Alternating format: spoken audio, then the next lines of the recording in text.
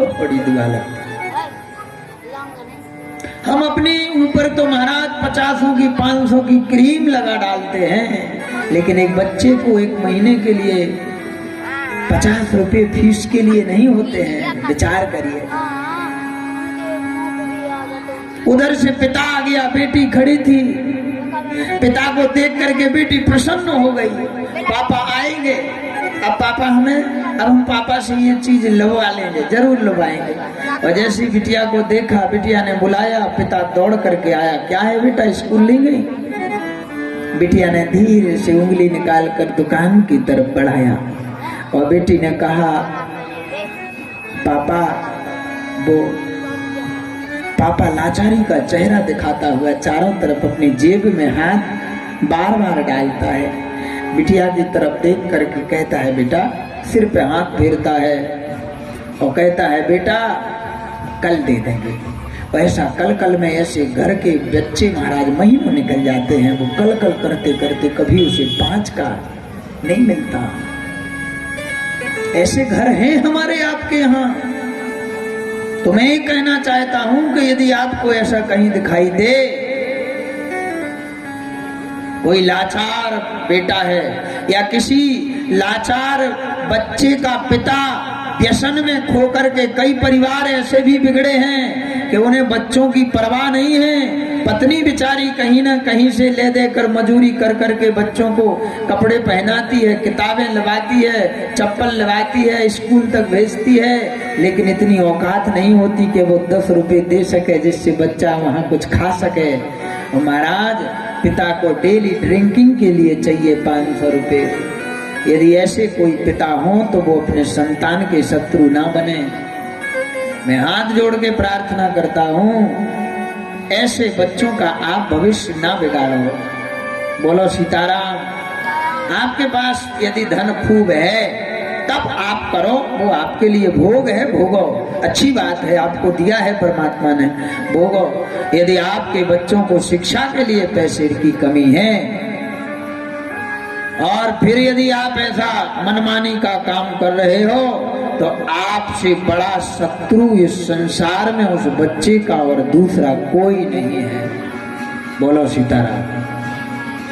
माता शत्रु पिता बैरी, एन बालो न पाठिता, ना शोभते सभा मध्ये, हंस मध्ये बको यथा। ऐसे माता पिता शत्रु हैं जो अपने बालकों को शिक्षा नहीं देते। इसलिए सबसे पहला, यदि हमने बच्चों को जन्म दिया है तो दूसरा हमारा धर्म बनता है, उसे हम चाहे अन्न शौक पूरी कर पाएं, उसे साइकिल लगा पाएं, स्कूटी लगा पाएं या न लगा पाएं, उसे शिक्षा जरूर दिलाने की कोशिश करें। बोलो सीताराम। इसलिए पढ़ाई है। जो दिल्ली जाने वाले हैं ना, आप जा रहे हो, मजबूरी है। क्यों जा रहे हो? क्योंकि आपने पढ़ाई नहीं की। अपने आप को टटोलो, आपने पढ़ाई नहीं की। क्यों नहीं की? क्योंकि आपके पिताजी ने पढ़ाई नहीं की। आप तो पढ़ सकते हो। आप नहीं पढ़ पाए तो मैं जगाऊं ऐसी समाज को कि जागो। और तुम तो बैग उठा के निकल पड़ते हो और साथ में बेटा बेटी को भी ले जाते हो, तो कल के दिन क्या उन्हें भी यही बैग टंगवाओगे? बेटा बेटी को अपने पिता या अपनी माँ के पास छोड़ो और जितना तुम कमाते हो उससे आधी कमाई अपने बच्चों की शिक्षा में लगाओ। मत बनाओ लेंटर का मकान, मत बनाओ, मत करो अपनी भोग के कार्य। बच्चे को शिक्षित बना दो। वो पढ़ लिख करके 20 वर्ष के बाद जितना तुम जीवन भर में नहीं कमा पाओगे, वो तुम्हारे लिए सिर्फ 2-4 साल में कमा के रख देगा। पढ़ाओ।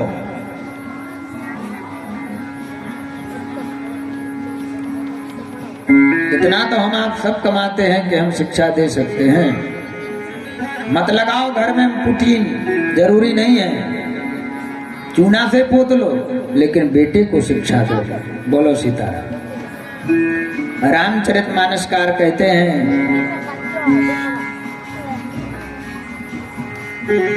कछु दिन भोजन बारी बताशा, कछु दिन भोजन बारी बतासा, कछु दिन भोजन बारी बताशा, कछु दिन भोजन बारी बतासा, किए कठिन कछु दिन उपवासा, कठिन कछु दिन उपवासा। जय श्री राम, जय जय श्री राम, जय श्री राम, जय जय श्री राम। पार्वती मैया ने तपस्या करी, और तपस्या के करने, वो तपस्या क्या है? वही पढ़ाई है। पार्वती मैया की वही पढ़ाई है। पार्वती मैया भी गई घर छोड़ करके, किसको प्राप्त करने के लिए? भगवान शंकर को।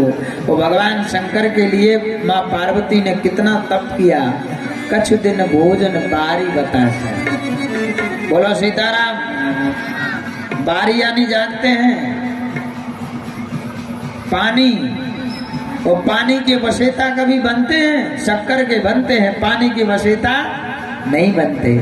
वो पार्वती मैया ने पानी के वसेता खाए हैं। अब बताइए, अब पानी के वसेता बनाओ, कैसे बनाओगे? यदि चूल्हे पे चढ़ाओगे कि जो शक्कर जैसो पाक बन जाए पानी को, फिर हम ये कपड़ा बिछा के पानी को डालें, तो जो लोग वो चूल्हे पे चढ़ो रहने तो उड़ाई जाने पूरा पानी। वसेता उसके कभी नहीं बनेंगे। कब बनेंगे? बोले उसके वसेता बनते हैं जब पानी बरसात में गिरता है। बरसात में आसमान से जब बूंदें गिरती हैं तो तालाब के किनारे वो वसेता 1 सेकंड, 2 सेकंड, 5 सेकंड, 10 सेकंड के लिए वो वसेता बन जाते हैं और फिर अपने आप फूट जाते हैं, जिसे कहते हैं पानी का बुदबुदा, पानी के बलबूजा। उस बलबूजे का भोजन करके पार्वती मैया ने तप किया। अब बताइए, किए कठिन कछु दिन उपवासा,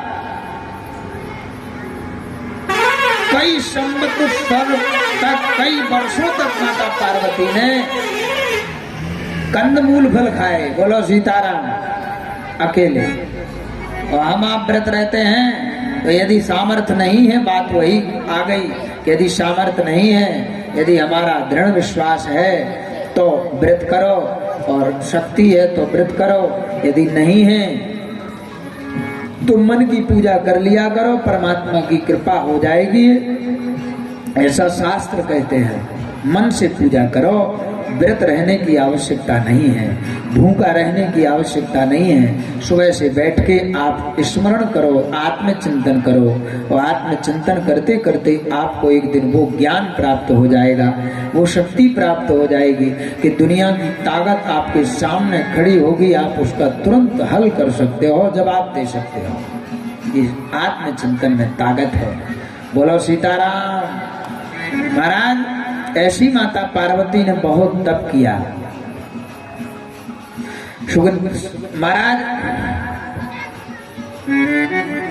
याज्ञवल्क्य जी कहते हैं भरद्वाज जी से, महाराज माता पार्वती ने तप किया है, और जब तप किया है तो आकाशवाणी होने लगी है। सबसे पहले प्रलोभन होगा तुम्हें। जब तुम कोई अच्छा काम करोगे ना तो कई लोग तुम्हें लालच देंगे। बोलो सीताराम। अच्छा काम करोगे ना तो तुम्हारी जय जयकार होगी, आदमी फूल की मालाएं लिए फिरेंगे, तुम्हें आहा धन्य हो धन्य हो। और यदि तुम ही पे टंग गए, बड़वाई में आ गए, टंग गए तो समझ लो फिर टंग ही गए। बोला सीताराम। ये पचा पाना भी, पद प्रतिष्ठा पचा पाना भी सबके वश की बात नहीं है। मानसकार कह रहे हैं यदि पार्वती ने इतना तप किया, तो आ गए सब मिलजुल करके देवता